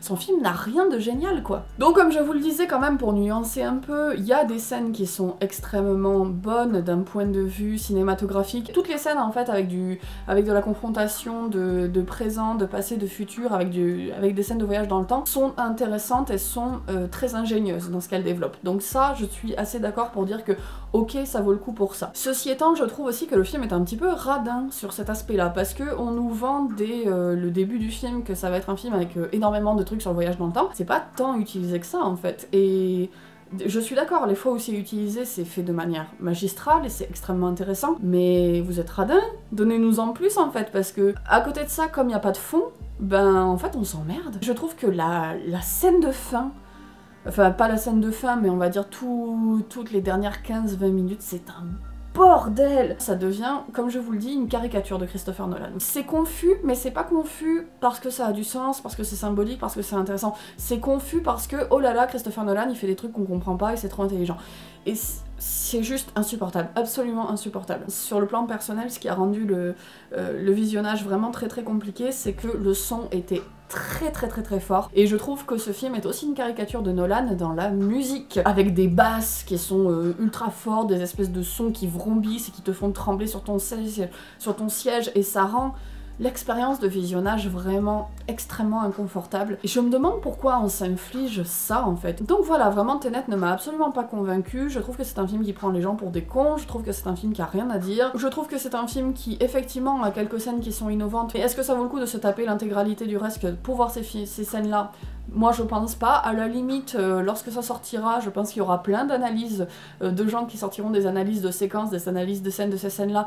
À la limite, ce sera, je pense, plus intéressant de regarder ça, de regarder ce contenu-là, de regarder les gens analyser ces scènes-là, et surtout sur la manière dont c'est fait, parce que je pense que le making-of du film doit être très intéressant. Je pense que ça, ce sera plus intéressant que le film Tenet en lui-même, qui est vraiment une caricature de Nolan insupportable. J'ai vu le film La Bonne Épouse, honnêtement j'en attendais pas grand chose, j'étais un petit peu intriguée par l'histoire de base parce que c'était quand même quelque chose d'assez féministe dans son histoire et dans ce que ça semblait raconter, à savoir que ça se situait dans le cadre de la libération sexuelle post-68 et que ça racontait comment une école de femmes, avec sa directrice qui est extrêmement coincée dans des codes patriarcaux très vieillots, vont peu à peu se libérer. Donc j'en attendais pas grand chose et honnêtement c'est plutôt une bonne surprise. Je pensais honnêtement avec un pitch pareil que ce serait l'occasion pour le réalisateur de faire des tonnes et des tonnes de blagues machistes, de faire des tonnes de blagues sur le rôle genré dans la société, etc. Je m'attendais vraiment à un humour assez lourdingue et c'est pas le cas. Et honnêtement c'est un film qui est classé comme une comédie, mais je trouve plus que c'est presque un drame en fait. Il y a effectivement des aspects comiques, mais il y en a très peu. Et c'est plus finalement un film qui va aborder des sujets de fond, à savoir la libération féminine à travers notamment la libération sexuelle, qui va aborder aussi des sujets comme les codes intergénérationnels, parce que du coup, vu que c'est une école de femmes, on va aussi avoir des points de vue d'adolescentes et aussi des points de vue de femmes beaucoup plus âgées. Donc il y a aussi cette confrontation entre deux générations qui est assez intéressante et qui est vraiment très intelligemment mise en place par le film. Ouais, honnêtement, La Bonne Épouse, c'est un film qui se la pète pas midi à 14h, qui pourtant est plutôt sympa, qui est assez intelligent. Le seul truc que je regrette vraiment beaucoup, c'est que comme d'habitude, quand il y a des rôles qui sont donnés à Yolande Moreau, c'est pour en faire le comic relief, c'est pour en faire la meuf dont on va se moquer, et en particulier sur la question de son physique et de son poids. Honnêtement, il n'y a pas non plus des tonnes de blagues dessus dans le film, hein, c'est pas quelque chose qui est vraiment ultra puant, mais il y a quand même ce fond-là qui est présent, et je trouve ça super dommage, parce que Yolande Moreau, c'est une actrice qui est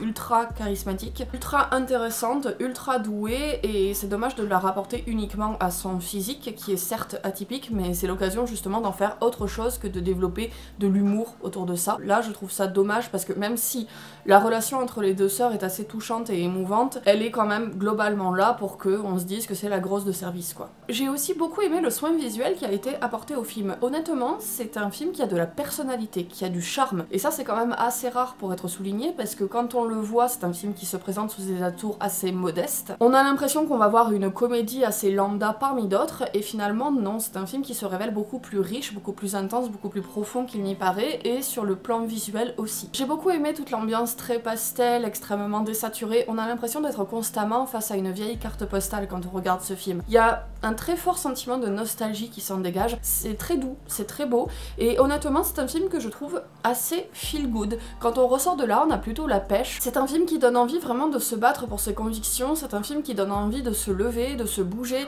c'est un film qui donne de l'espoir aussi sur la société, sur ses changements. Honnêtement, voilà, il y a énormément de bonnes ondes qui se dégagent de ce film, et je vous le conseille si jamais vous cherchez quelque chose d'assez feel good sur un fond féministe et social assez intéressant, qui va pas chercher midi à 14h, mais voilà, plutôt une très bonne surprise. J'étais très curieuse de voir Les Nouveaux Mutants. C'est un film qui restait tellement longtemps dans un enfer de production et de distribution, vous vous rendez compte qu'on l'attend depuis au moins 2 ans sur les écrans. Je me rappelle très bien qu'en 2018, il y avait des pubs au Gaumont qui annonçaient déjà la sortie du film, et il a été repoussé.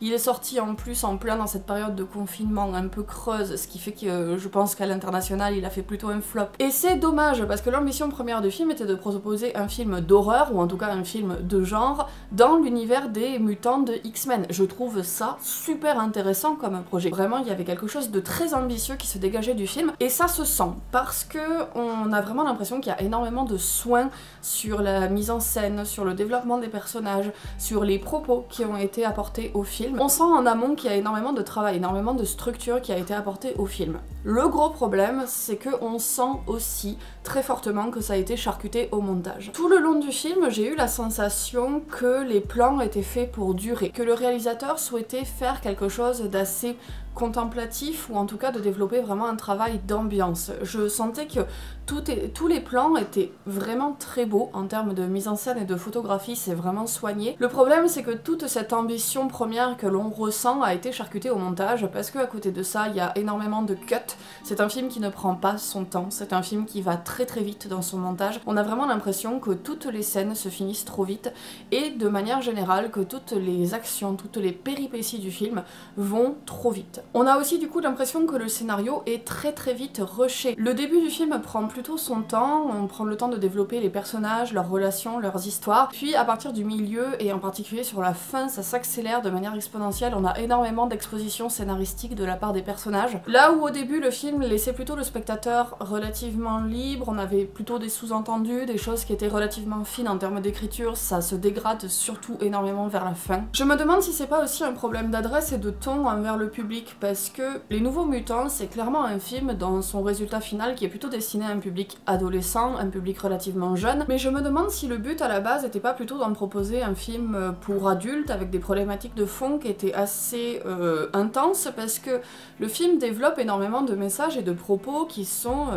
assez profonds, notamment sur la corruption liée au gouvernement, sur le fait de ne jamais vraiment prendre pour acquis des figures protectrices. Il y a tout un propos aussi sur le viol viol et la pédophilie. Et j'ai l'impression que tout ça c'était plutôt destiné à être beaucoup plus développé, beaucoup plus appuyé. C'est comme s'il avait développé tout un univers et qu'il nous donne uniquement une toute petite partie qui a été assez édulcorée, un petit peu bâclée, un petit peu de manière superficielle. Excusez-moi si vous entendez du bruit, c'est Macha qui fait ses griffes en fond sonore. Le résultat final, ça donne un truc qui est finalement un peu constamment le cul entre deux chaises, qui est en demi-teinte. Il y a quand même deux gros points positifs, je trouve, quand même dans ce film. Le personnage principal est issu des minorités, était un personnage qui est issu de la communauté amérindienne. Et je trouve ça super intéressant parce que tout son personnage va être développé autour de questions, de problématiques et de culture amérindienne. Je me suis posé la question de savoir quand est-ce que c'est la dernière fois que j'avais vu un personnage principal amérindien dans un gros blockbuster, et franchement j'ai aucune réponse à vous apporter là-dessus. C'est peut-être même la première fois que j'en vois un. Et la deuxième chose que j'ai trouvé super intéressante, c'est qu'il y a une romance LGBT qui est développée dans le film et qui est en plus présentée comme étant quelque chose de tout à fait normal, sain. C'est pas que présenté comme d'habitude des relations qui vont faire souffrir ou des choses qui vont être malsaines. Non, là c'est présenté de manière vraiment très mignonne, d'autant plus que les X-Men ont toujours été un porte-étendard de la tolérance et du fait de regrouper des personnes qui sont différentes et marginalisées par la société. On sait très bien que X-Men, lorsque c'est sorti, ça a été énormément utilisé par la communauté LGBT pour parler de ses propres problématiques, donc j'ai trouvé ça super intéressant parce que c'est vraiment un clin d'œil qui réactualise ce message-là. Malheureusement, en dehors de ça, on sent que c'est vraiment un film qui a été coupé dans ses ambitions. C'est pareil sur le plan visuel, il y a des choses qui ne fonctionnent pas trop. Il y a des passages avec des effets spéciaux par moments qui sont absolument magnifiques. L'ours totem par exemple, je trouve qu'il est sublime. Et à côté de ça, on a des effets spéciaux qui sont vraiment ignobles, mais quand je vous dis ignoble, c'est niveau PS3 quoi. Notamment lorsqu'on a un des personnages qui va prendre feu dans un de ses cauchemars.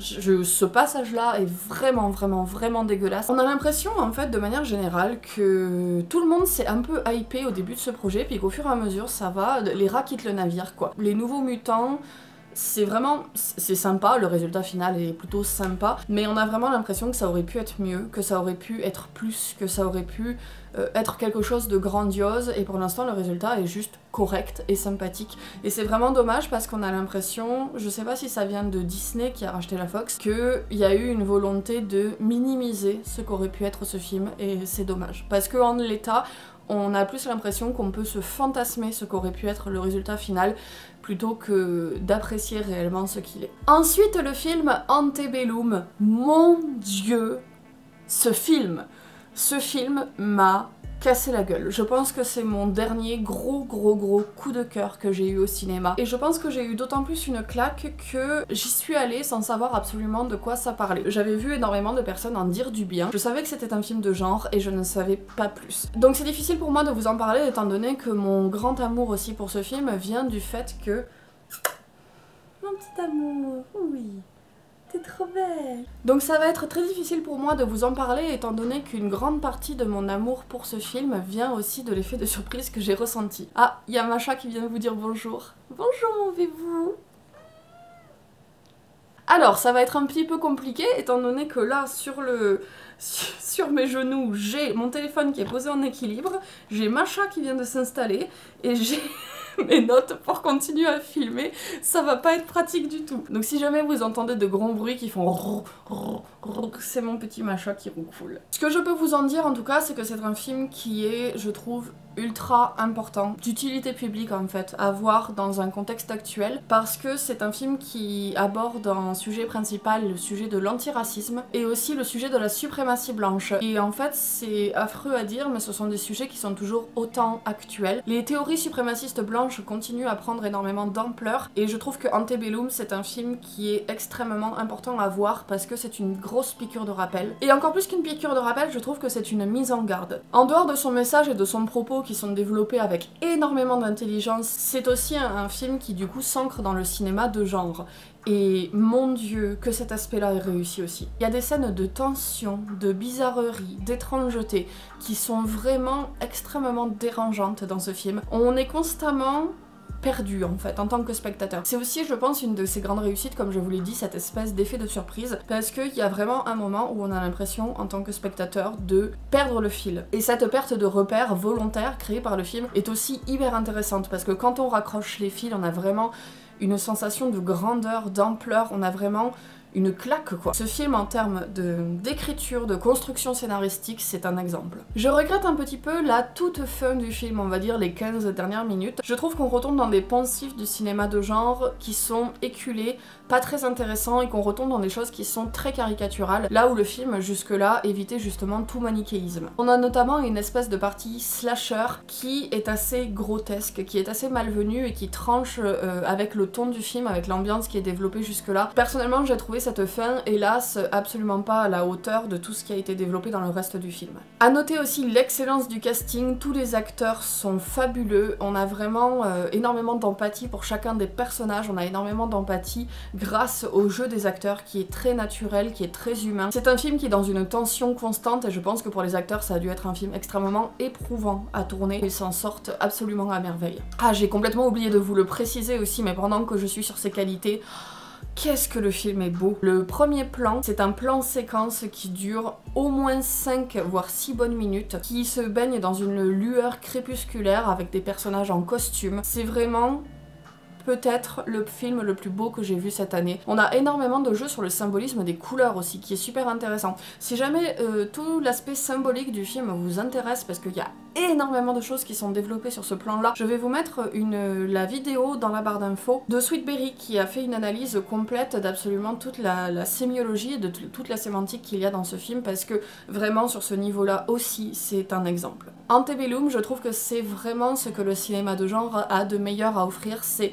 comme ça que j'aime le cinéma de genre, quand il, comme je vous l'ai dit pour Swallow, quand il se réapproprie le cinéma de genre pour vraiment aborder des sujets de fond, pour apporter quelque chose qui soit extrêmement personnel, pour apporter le point de vue d'un auteur sur le monde. Antebellum est une sacrée réussite et une sacrée claque. Ensuite, le film Cagillionaire, avec dans le rôle principal Evan Rachel Wood. Et je vous jure que durant tout le film, je me suis demandé si c'était vraiment elle ou si c'était quelqu'un d'autre, tant elle est méconnaissable dans ce film, tant elle a un rôle qui change de ses rôles habituels. Je trouve qu'elle a fait un travail de transformation physique, un travail de transformation de sa voix, un travail de transformation de sa démarche, un travail de transformation de ses expressions faciales qui est absolument fascinant. Cagillionaire, c'est ce genre de film improbable qu'on a un peu du mal à résumer, tant il faut le voir pour comprendre ce qui se dégage de ce film. On suit le trajet d'une famille qui est totalement marginale, qui vit en marge de la société de manière volontaire et qui sont des arnaqueurs, mais des arnaqueurs ratés, qui survivent avec des petits bouts de ficelle et qui ont appris à leur fille, depuis le début de son existence, à voler, à arnaquer. Mais à côté de ça, c'est jamais un film qui est pathos, c'est jamais un film qui tombe dans le drame, au contraire, on est plutôt dans quelque chose de l'ordre de la comédie, voire même de l'absurde. On a par exemple un espèce de gag récurrent, alors quand je vais vous le raconter, vous allez vous dire ça va être absolument pas drôle, mais je vous assure que dans le contexte du film,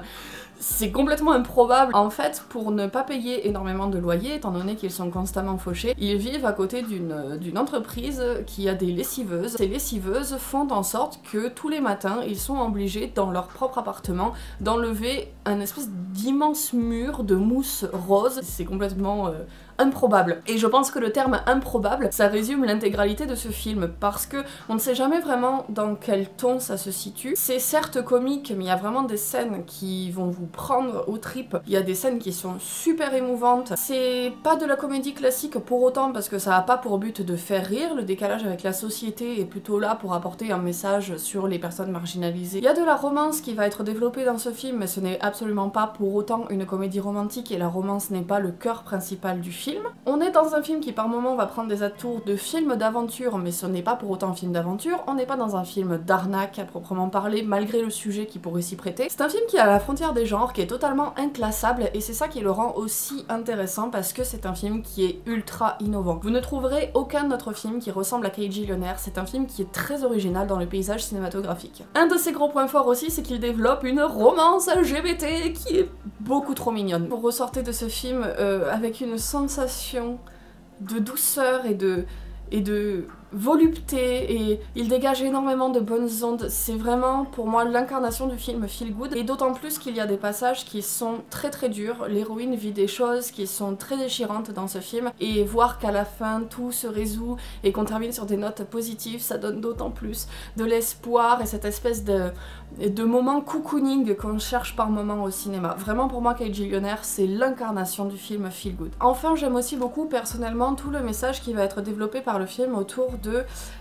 comment est-ce que je pourrais dire ça ? L'arnaque entre guillemets de la famille. On se rend compte que l'héroïne principale a une relation avec ses parents qui est extrêmement toxique, qui est très malsaine, et qu'en fait elle est constamment tiraillée dans ses envies parce qu'elle est soumise à cette famille-là qui est très toxique. Et je trouve que c'est toujours très intéressant de montrer des schémas de famille qui soient dysfonctionnels au cinéma, parce que la famille en tant que concept c'est quelque chose qui régit énormément notre société, et quand ce schéma-là est dysfonctionnel, on a beaucoup de personnes qui n'arrivent pas à sortir de ces schémas toxiques parce que socialement c'est mal vu de quitter ce que l'on appelle la famille avec un grand F. Or dans ce film on suit justement l'émancipation de l'héroïne qui petit à petit va se détacher de son schéma familial toxique, même si je dois le nuancer par le fait que au début elle vit dans quelque chose, dans un schéma qui est très marginal, elle a un mode de vie qui est complètement improbable avec des parents qui sont improbables, et il y a aussi tout un propos dans le film qui est que finalement au fur et à mesure elle va rentrer dans la norme, et je trouve ça un petit peu dommage parce que rentrer dans la norme ça va être apprendre pour elle à consommer. Je me demande s'il n'y aurait pas eu moyen de développer quand même cette histoire d'émancipation sans pour autant chercher à faire rentrer le personnage dans une norme. Mais voilà, vraiment Kate Gyllenhaal c'est une réussite, c'est un très beau film que je vous recommande et j'espère vous donner envie en tout cas de vous pencher sur ce projet qui est super réconfortant.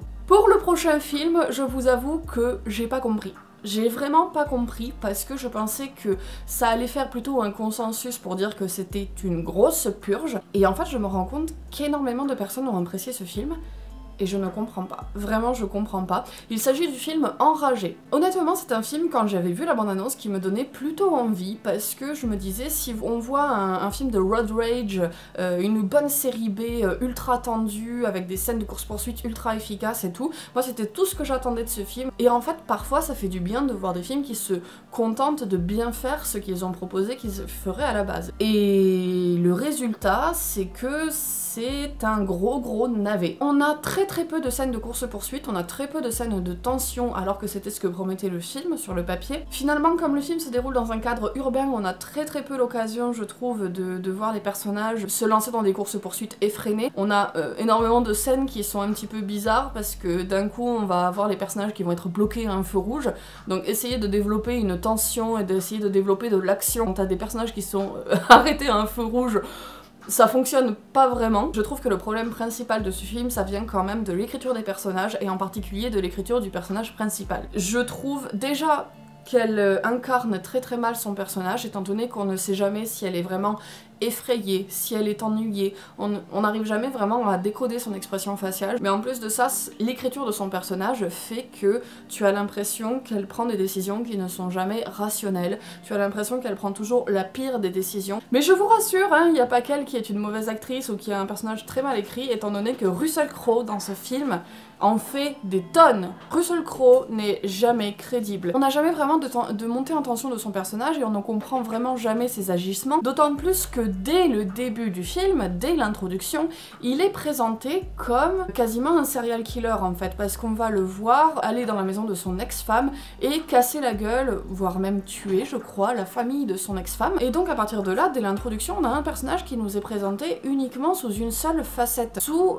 cette espèce de facette de folie meurtrière, extrêmement premier degré, mais à côté de ça, comme il a jamais vraiment un aspect mystérieux, un aspect assez charismatique pour être un personnage fonction uniquement un serial killer, comme pourrait l'être par exemple Michael Myers, ou ce genre de personnages qui effectivement sont très premier degré, et on n'a qu'un seul aspect, qu'une seule facette de la personnalité, mais ils sont créés pour ça, c'est vraiment des personnages fonction. Russell Crowe, il est à la limite entre les deux, on essaye par moments de l'humaniser, mais jamais assez pour qu'on ne comprenne vraiment ses agissements, et à côté de ça, il n'est jamais assez mystérieux, jamais assez charismatique, pour qu'on le prenne au sérieux en tant que grand méchant, en tant que grand serial killer, psychopathe, issu d'une bonne série B classique quoi. On a l'impression que le film essaye de développer un message sur le fait que la société deviendrait de plus en plus violente. Finalement, les gens maintenant s'énervent pour un rien, au point que ça dégénère très vite pour des situations du quotidien. Mais ce propos-là ne fonctionne jamais vraiment, étant donné que Russell Crowe, dès le début, est montré comme étant un personnage qui est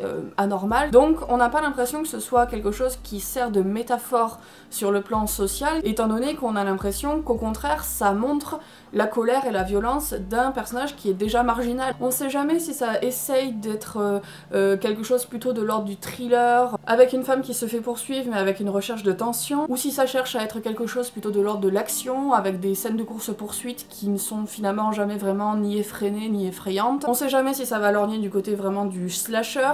C'est le cul entre deux chaises, ça essaye de mélanger des genres mais ça ne fonctionne jamais. Et je vous l'ai dit, je suis extrêmement étonnée de voir qu'il y a des personnes qui ont trouvé ce film formidable, qui ont trouvé qu'il y avait énormément de tension, qui ont trouvé que Russell Crowe jouait bien. Si jamais vous avez apprécié ce film, surtout n'hésitez pas à me dire pourquoi vous l'avez apprécié, si jamais vous êtes entré dans l'ambiance, si jamais vous avez ressenti de la tension. J'ai été plutôt le public cible de ce film, je suis pas du tout rentrée dedans, et voilà, moi ça m'intéresserait de savoir et d'essayer de voir à côté de quoi je suis passée, si jamais ce sont juste des impressions que m'ont donné le film et peut-être que j'ai loupé des choses, ou alors si c'est juste que voilà, ça m'a pas plu et c'est comme ça arrive quoi. J'avais vraiment hâte de voir le film Le Photographe de Ritesh Batra, parce que si vous vous rappelez bien, au tout début de ma chaîne YouTube en 2014, j'avais mis son film The Lunchbox dans mon top de l'année, c'était mon film préféré de l'année. Et encore aujourd'hui, c'est un film que je considère vraiment avec énormément d'amour, de bienveillance. Je trouve que c'est un film qui est tout doux, qui est extrêmement réconfortant, qui est très beau, qui est extrêmement sincère, qui est très humain, qui a un principe aussi qui est vraiment très intéressant. Donc j'avais hâte de voir ce qu'il allait nous proposer par la suite. Et Le Photographe essaye vraiment de reprendre un petit peu le même principe, à savoir développer une histoire d'amour entre deux personnes qui apparemment viennent de milieux totalement différents, qui se rencontrent totalement par hasard et qui vont apprendre grâce à leur relation à devenir de meilleurs êtres humains. Donc vraiment c'est exactement la même chose que dans The Lunchbox. Dans The Lunchbox on avait aussi tout un aspect de libération d'une vie monotone, d'une vie qui ne leur plaisait pas. On a aussi un petit peu cet aspect-là dans Le Photographe, étant donné que l'on suit notamment le parcours d'une jeune fille issue d'une famille très bourgeoise qui lui fixe un avenir tout tracé dans des grandes écoles, qui souhaite la marier. Elle a vraiment envie de s'échapper de cette vie-là, donc on suit quand même cet aspect-là. Ceci étant, Le Photographe est un film qui va être beaucoup moins marquant, qui est beaucoup moins réussi que The Lunchbox. Forcément, il souffre la comparaison. Merci Macha. Pourquoi tu veux aller dans le carton des bières, bébou? Et bien parce que vous faites des trucs, alors moi je vais faire mes trucs aussi. Ils souffrent forcément la comparaison avec The Lunchbox, étant donné qu'ils se ressemblent énormément sur leurs principes et même sur leurs personnages, sur leurs écritures. Et force est de constater qu'il est quand même beaucoup moins marquant et beaucoup moins réussi que The Lunchbox. Je pense que le gros principal défaut du Photographe qui fait que c'est un film qui va être sympathique, mais que c'est un film qui ne va jamais être marquant, c'est l'interprétation des acteurs et l'écriture de leurs personnages. Ils sont glaciales, ils sont inhumains, ils sont froids, et même l'histoire d'amour qui est développée entre eux, finalement, elle est tellement timorée et tellement superficielle qu'on a l'impression de ne jamais vraiment comprendre les sentiments qu'ils développent l'un pour l'autre. On est presque étonné étant donné que l'un comme l'autre ne semble jamais vraiment être amusés, être heureux ensemble. Heureusement qu'il y a au milieu le personnage de la grand-mère du personnage principal qui vient insuffler un petit peu de vie à tout ça. C'est un peu, vous savez, le stéréotype de la grand-mère funky. Elle est un petit peu envahissante, son personnage a des côtés qui sont un peu caricaturaux, mais au moins c'est un personnage qui a de la vie, qui a une personnalité, et c'est un personnage dont on se souvient. Parce que je vous jure que les deux héros sont d'une fadeur absolument incroyable. Et pour moi c'est ça le gros souci du Photographe. Tu peux pas développer un film qui va parler d'une histoire d'amour, qui va parler d'une histoire de libération. On peut pas parler de ça si à la base les personnages sont mal écrits et si à la base on n'éprouve pas d'empathie pour eux. Ce genre de film qui est très intimiste, qui essaye de raconter des tranches de vie, qui essaye de rentrer dans l'intimité des personnages, ça se repose avant tout sur l'écriture et l'empathie que tu vas ressentir pour des personnes, pour des personnages qui vont être écrits. Si jamais de base cet aspect-là fonctionne pas, et ben le reste du film ne va pas fonctionner non plus. Il y a aussi des gros soucis de rythme, c'est un film qui prend trop son temps par moment. La première partie notamment est très longue. Alors il y a des choses qui sont assez intéressantes quand même parce que c'est un film qui, au-delà de l'histoire de la rencontre entre ces deux personnages, se veut être un portrait un petit peu de l'Inde. Donc on a beaucoup de scènes qui vont être quasiment documentaires en fait, où on va se balader dans les rues indiennes. Ce portrait-là de l'Inde qui est aussi dressé à travers le film est très intéressant. Mais on a quand même, je pense, moyen de faire un film qui soit moins long. Hélas, c'est un film qui est parfois assez ennuyeux ennuyant. Dans l'absolu, je ne vous recommande pas spécialement de voir Le Photographe. C'est un film qui est très mignon, et c'est pas un film dont on ressort en se disant qu'on a envie de le revoir, c'est pas un film sur lequel on a spécialement envie de se repencher. Par contre, je vous conseille The Lunchbox si vous ne l'avez pas vu. Pour moi, The Lunchbox c'est Le Photographe, mais en bien. Et je peux pas m'empêcher d'être un petit peu déçue étant donné que j'avais tellement aimé le précédent film de Ritesh Batra.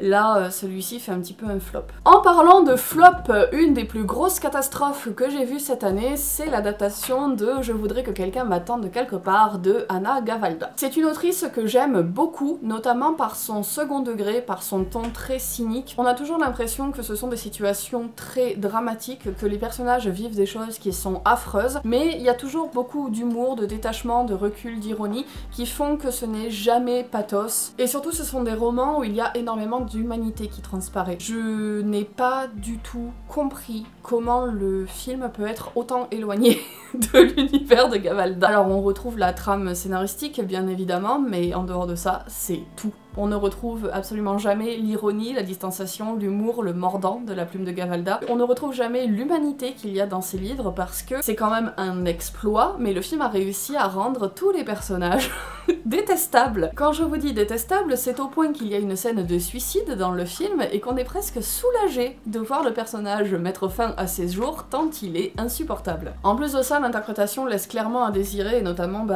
Jean-Paul Rouve qui est complètement à la ramasse. Et je me demande comment a été gérée la direction d'acteurs de manière générale parce que les personnages ne sont pas constants d'une scène à l'autre. On a l'impression de ne pas connaître leur personnalité et du coup de ne pas comprendre leurs réactions, et à aucun moment les comédiens n'arrivent à insuffler assez d'humanité, assez de profondeur de jeu pour qu'on arrive à comprendre ce qu'il se passe. Si vous entendez du croc-croc, c'est ma chat qui bouffe ses croquettes. Décidément, elle aura été très présente durant cette vidéo. Je vais pas m'étaler sans s'étendre sur ce film parce que honnêtement, il n'y a pas grand chose à en dire. En tant que film en lui-même, c'est une comédie dramatique, tout ce qu'il y a de plus classique. Vous ressortirez de ce film en n'ayant absolument rien appris, en n'ayant absolument rien découvert. C'est un film qui n'a pas de profondeur, c'est un film où les personnages et les acteurs semblent s'ennuyer. C'est un film où nous-mêmes, en tant que spectateurs, on s'ennuie beaucoup, il se passe pas grand-chose. Honnêtement, c'est un film sans intérêt et c'est une adaptation qui est complètement ratée. Lisez le bouquin par contre à la place. Une de mes plus grosses surprises au cinéma cette année, ça a été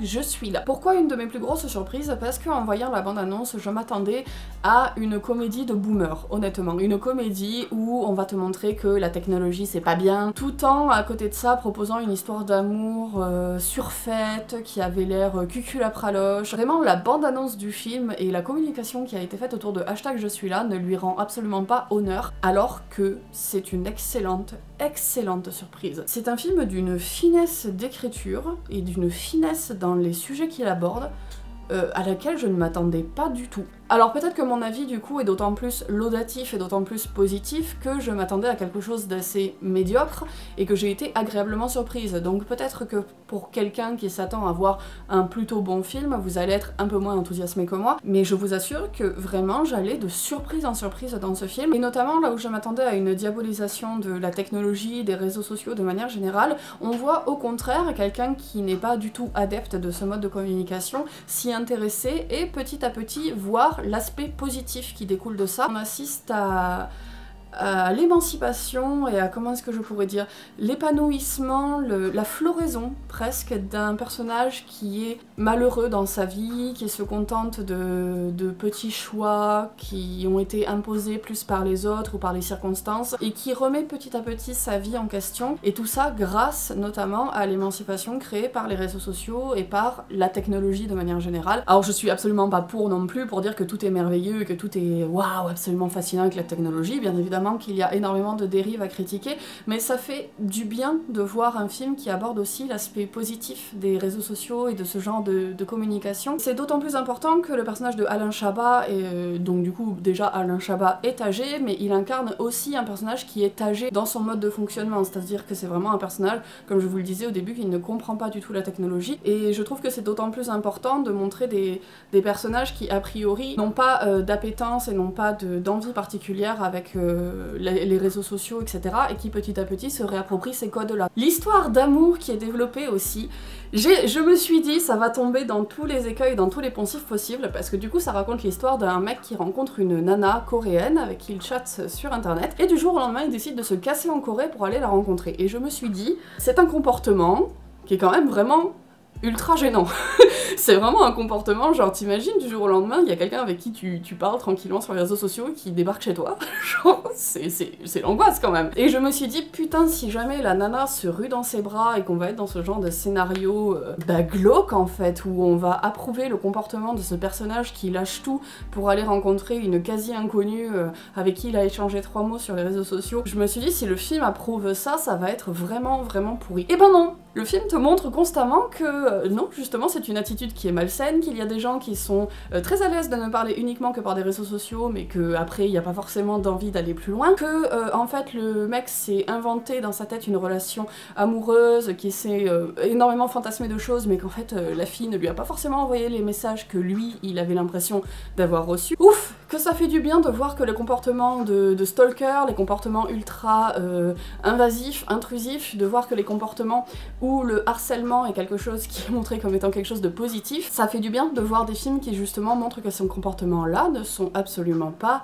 quelque chose de normal et de sain. Et de manière générale, ça vaut pour tous les messages du film. Là où il aurait pu tomber dans des poncifs, dans des écueils, comme je vous l'ai dit, il évite tout. Ça fait que c'est un film qui est vraiment très fin, qui est très mignon, et qui développe des choses qui sont assez personnelles et assez atypiques finalement dans ce qu'on peut voir dans le paysage audiovisuel français. Je sais que j'ai l'impression d'utiliser énormément cette expression durant toute cette vidéo, mais c'est encore une fois un film très feel good. Il y a énormément de passages qui sont très mignons, qui donnent le sourire. Vraiment, c'est un film absolument adorable. Par contre, je tiens tout de même à signaler qu'il y a énormément de personnes asiatiques qui ont vu ce film et qui ont dit qu'il y avait énormément de racisme ordinaire véhiculé par ce film. Si jamais vous voyez ce film, essayez d'être attentif à tout le racisme ordinaire, un petit peu aux stéréotypes, à tout ce qui est véhiculé dans le film qui pourrait être quelque chose d'assez négatif. Je crois que ce qui les a choqués notamment, c'est le cliché de la femme un petit peu soumise. Je crois que ce qui les a choqués, c'est des clichés sur les Coréens qui ont été vraiment véhiculés par ce film. Je vous mettrai dans la barre d'infos des articles qui parlent de ce sujet-là parce que bah évidemment c'est important d'écouter la voix des premières personnes qui sont concernées par les représentations que véhiculent les films.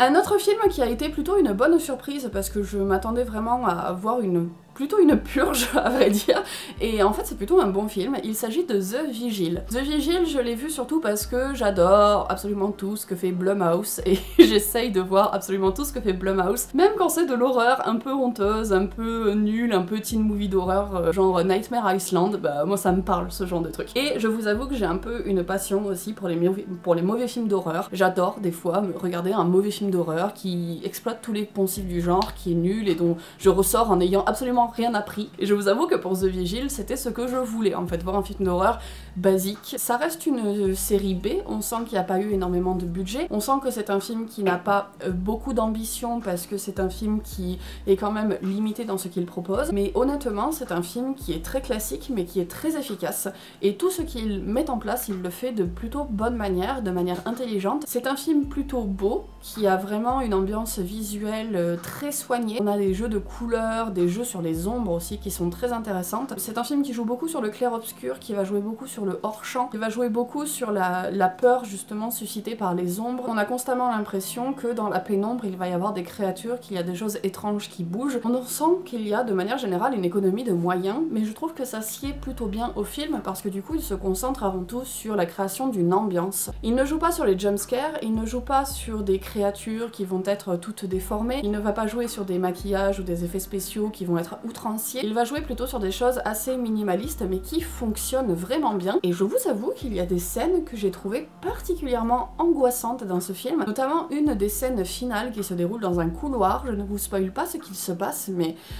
j'ai trouvé cette scène vraiment très réussie et particulièrement étrange et sombre. Ce qui est intéressant aussi dans The Vigil, c'est qu'on a tout un univers et un imaginaire qui est développé autour de la mystique juive. Et honnêtement, la majorité du cinéma d'horreur, c'est plutôt des choses qui vont être développées autour de la Bible, autour de Satan, autour de figures qui vont être plutôt chrétiennes. À vrai dire, je crois que le dernier film que j'avais vu qui exploitait quelque chose de la mystique juive, ça devait être Possédé, où il y avait le Kibuk ou le Kabuk qui était un démon de la cabale juive qui était utilisé dedans. Mais honnêtement, c'était un film d'horreur qui à côté de ça était ultra classique, qui n'innovait absolument pas. Il y a quand même pour moi un gros point négatif dans The Vigil qui l'empêche pour moi d'être un des grands films d'horreur marquants de cette année. C'est le personnage principal et son interprétation. Il est d'une mollesse, il est d'une indifférence à son environnement, il est complètement apathique. On se retrouve dans cette situation extrêmement gênante où on a l'impression de constamment avoir envie d'aller à travers l'écran et de lui dire mais secoue-toi, cours, tu vois bien qu'il y a une menace. Vous savez, ce genre de truc où les personnages dans les films d'horreur prennent des décisions qui sont complètement connes. Le mec il va voir des choses qui sont très étranges, qui sont vraiment malsaines et dérangeantes, mais il reste plutôt stoïque face à la situation. Ce qui fait qu'en tant que spectateur, on a l'impression, vu qu'il ne ressent pas de peur, bah que nous non plus, on devrait pas spécialement s'inquiéter vu qu'il a l'air de trouver ça plutôt normal. Donc en fait je trouve ça super dommage parce que le film a un super environnement, le film a de super effets visuels, le film a vraiment énormément de qualité, le film exploite tout l'univers de la cabale juive qui est super intéressant, mais il a pas un personnage principal et un acteur qui soit assez solide pour porter tout ça. Après on va pas se mentir, c'est pas non plus un film révolutionnaire, hein, c'est un film d'horreur très classique, j'ai l'impression d'un petit peu vous le survendre, donc faut pas non plus vous attendre à quelque chose qui soit une claque, mais honnêtement j'en attendais tellement peu que j'ai été surprise dans mes attentes dans le bon sens du terme. Et si vous voulez voir un film d'horreur classique, mais finalement pas trop, parce qu'il y a quand même énormément d'innovations, notamment sur la mystique juive qui vont être apportées, qui se contente d'être un film d'horreur assez classique, mais qui va très bien faire les choses, je vous le conseille, parce que honnêtement c'est une bonne surprise, et j'aimerais bien que ça donne l'occasion à d'autres réalisateurs de se pencher sur cet univers-là, sur cette mystique. Je pense qu'il y a énormément de symboles et de sous-entendus et de choses qui m'ont échappé, parce qu'on n'a tellement pas l'habitude de voir ces codes-là qui sont développés au cinéma. Moi j'aimerais bien que ça devienne un peu plus grand public, un peu plus mainstream en fait, qu'on voit ça plus souvent et que justement ça donne l'occasion de mieux comprendre ces sous-entendus, tous ces symboles. Vraiment si ça pouvait être la porte ouverte pour développer un nouveau sous-genre du cinéma d'horreur qui serait consacré à l'imaginaire juif, ce serait super cool. Salut tout le monde! Il y a encore quelques films que je souhaitais aborder avec vous, mais malheureusement je suis tombée, ça s'entend peut-être un petit peu malade, et je vous avoue que j'ai vraiment pas l'énergie nécessaire pour installer tout le matos et pour reprendre le tournage. Ne vous inquiétez pas, il ne me restait que 3 films à aborder, dont certains vont être dans mon top de l'année, donc vous aurez quand même l'occasion d'avoir un avis la semaine prochaine. J'espère en tout cas que cette vidéo vous aura plu. Si jamais vous êtes resté jusqu'au bout, ben félicitations, parce que ça va être une très longue vidéo. Je me déteste d'ailleurs d'avance pour le montage. Je vous souhaite à nouveau une très belle année 2021, et quant à nous, on se retrouve la semaine prochaine pour les tops et les flops de l'année 2020. A plus!